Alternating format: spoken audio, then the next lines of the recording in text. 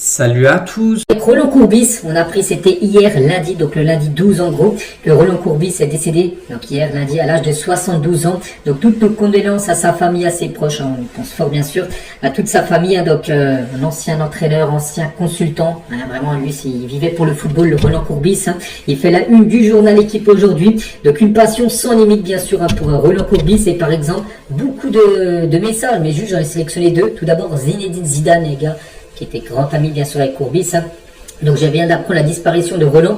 Je suis triste, très ému, il a énormément compté pour moi comme entraîneur et sur le plan humain, c'était un mec très attachant, entier. En ce moment, je pense à sa famille à qui j'adresse mes condoléances. Repose en paix Roland. Voilà déjà le message de Zinedine Zidane sur Roland Courbis.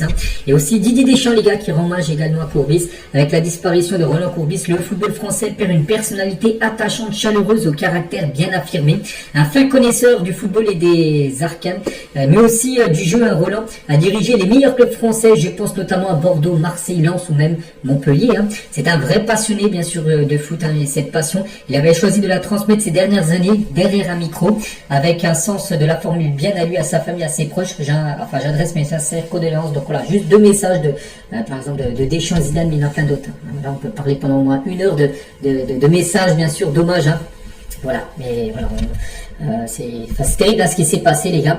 Voilà, on pense fort bien sûr à sa famille. On a pris également une autre disparition, bon peut-être quelqu'un de moins connu que Roland Courbis, mais c'est Alain Orsoni. Donc qui est cette personne? En gros c'est l'ancien président de l'AS Ajaccio, donc une équipe corse, il a été abattu hier aux obsèques de sa mère en Corse. Voilà, nos pensées vont vers lui et ses proches après ce drame. Donc là c'est terrible aussi ce qui s'est passé. Voilà, il était aux obsèques de sa mère et s'est fait descendre en gros. Donc voilà aussi les deux tristes infos les gars pour commencer aujourd'hui. On continue, on va parler maintenant résultats. Et on commence tout d'abord avec le match hier, le derby parisien entre le PSG et le Paris FC, c'était la Coupe de France. Et le résultat, 1-0 pour le Paris FC qui a réalisé le très gros coup en s'imposant 1-0 au Parc des Princes. Iconé qui a été formé au Paris Saint-Germain, était buteur et élimine du coup le PSG dès les 16e de finale de cette Coupe de France. Donc pourtant le PSG, j'ai bien sûr regardé le match, quasiment tous les matchs du PSG. Donc Paris a beaucoup dominé, le PSG a beaucoup dominé, regardez, 70% de possession de balle, 25 tirs, 7 tirs cadrés. 0 but marqué, il y a eu un très grand gardien du Paris FC qui a réalisé un match exceptionnel et quand il ne faisait pas d'arrêt, ça touchait la barre transversale par exemple. Je pense à la frappe de Warren Zermi qui a touché l'équerre. Voilà, quand ça ne veut pas rentrer, ça rentre pas, alors que le Paris FC c'est 4 tirs, 2 tirs cadrés, 1 but. Voilà, donc il faut être plus efficace. Hier, c'est le Paris FC qui a été plus efficace et du coup qui élimine le Paris Saint-Germain. Et grâce à un but de Iconé les gars, et Iconé les gars en zone mixte à la fin du match. Je ne peux pas oublier d'où je viens parce qu'il a été formé au Paris Saint-Germain bien sûr.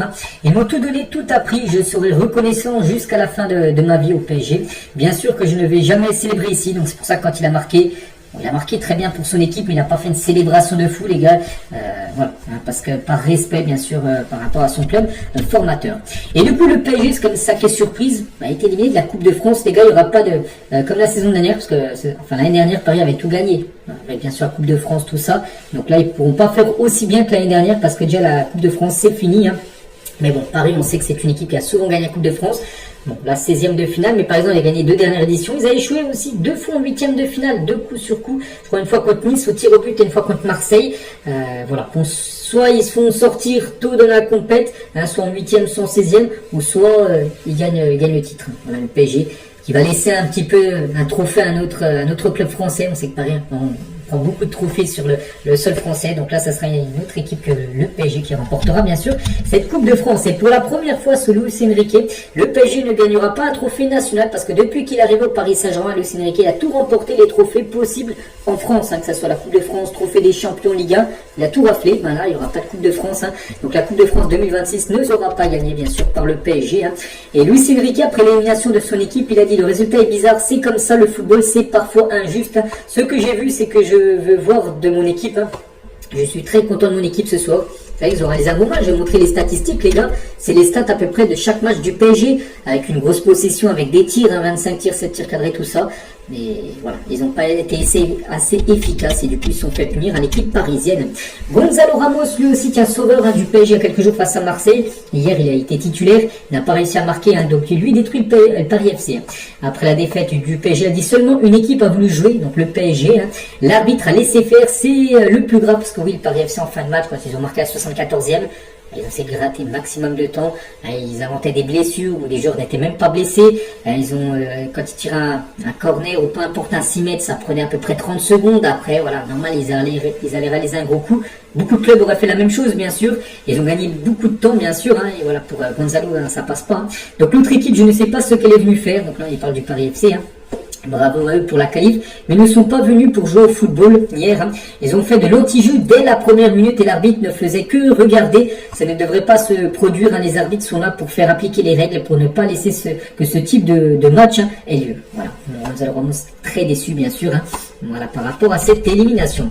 Et du coup, elle est pour qui cette année, cette Coupe de France? On ne sait pas. C'est vrai que là, ça remet totalement les cartes en jeu. Là, tous les clubs là qui sont qualifiés se disent là, il y a une chance, bien sûr. On a toujours une chance de remporter bien sûr la Coupe de France, même si le PSG est là. Mais c'est vrai qu'avec t'enlèves le PSG, là t'as encore plus de chances de le remporter. Je pense à des clubs comme Lens, les gars qui est premier de Liga, Marseille, Lyon, tout ça. Marseille qui joue ce soir, il faut se qualifier. Et ben oui, il y a des chances, voilà, cette année d'aller soulever bien sûr ce magnifique trophée qui est la Coupe de France. Et concernant Marseille, c'est le dernier match ce soir. Bayeux, une équipe de Régional 1, donc 6e division française contre l'Olympique de Marseille. Donc Marseille là, ils savent qu'ils n'ont pas le droit d'erreur. Une élimination ce soir, les gars, ce serait terrible pour Marseille, surtout après ce qui s'est passé il y a quelques jours contre le PSG. Et surtout face à une équipe amateur comme de Bayeux, est payé là-bas. Bayeux, c'est seulement des amateurs. Donc voilà, c'est à 21h ce soir sur Beansport. On parlera bien sûr du résultat. Demain, notez que le tirage au sort, les gars, sera effectué ce soir également. Donc avant le match, on connaîtra déjà toutes les rencontres potentielles pour les 8e de finale de la Coupe de France. On continue avec les autres résultats hier soir. Il y avait également de la FA Cup. De toute façon, depuis vendredi, il y a de la FA Cup. Vendredi, non, c'est plutôt samedi, désolé. Donc samedi, dimanche, donc lundi, hier. Il y avait Liverpool contre Barnsley. Donc Liverpool s'est imposé 4-1. Voilà, Szoboszlai, Frimpong, Wirtz et Hugo Ekitike ont été les 4 buteurs. Barnsley, je crois que c'est une équipe de 2e ou 3e division. Je ne sais plus en quelle division, mais une chose est sûre, c'est qu'ils ne sont pas en première ligue. Et à noter que Hugo Ekitike et Wirtz, les deux pareils. Un but, une passe D, et les deux l'un pour l'autre. Voilà, donc ça va beaucoup mieux aussi pour Wirtz. On sait que Hugo Ekitike, pour l'instant, depuis son arrivée, c'était plutôt pas mal.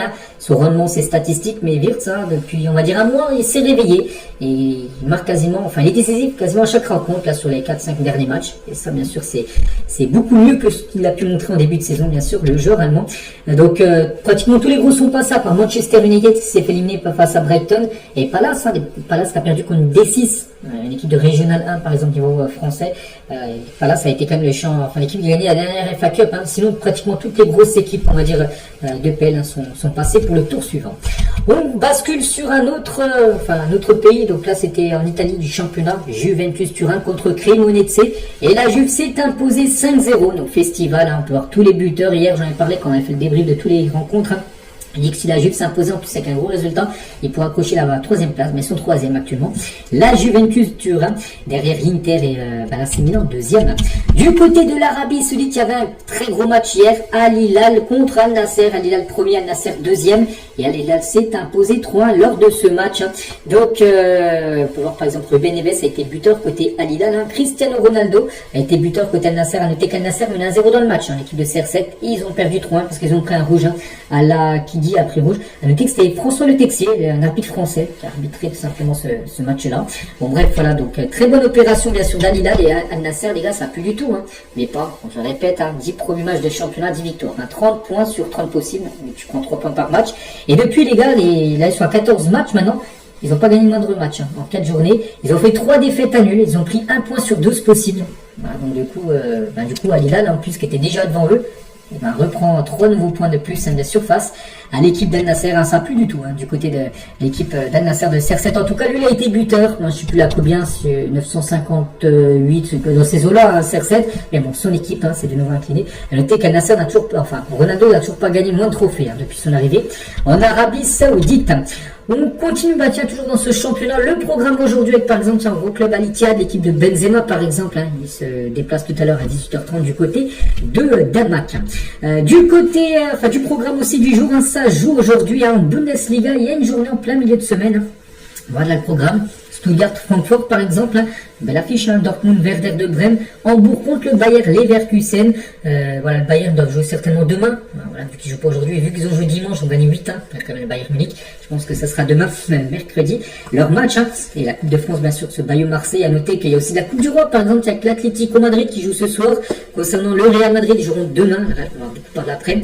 Et aussi Barça, ils joueront après-demain, jeudi, contre le Racing de Santander. Donc voilà, pas mal de matchs. Et aussi, par exemple, ce soir, même si là je n'ai pas le match, en LFL Cup, c'est de la Coupe de la Ligue anglaise, Manchester City Newcastle aussi ce soir. Donc voilà, il y a pas mal de belles rencontres à parler demain.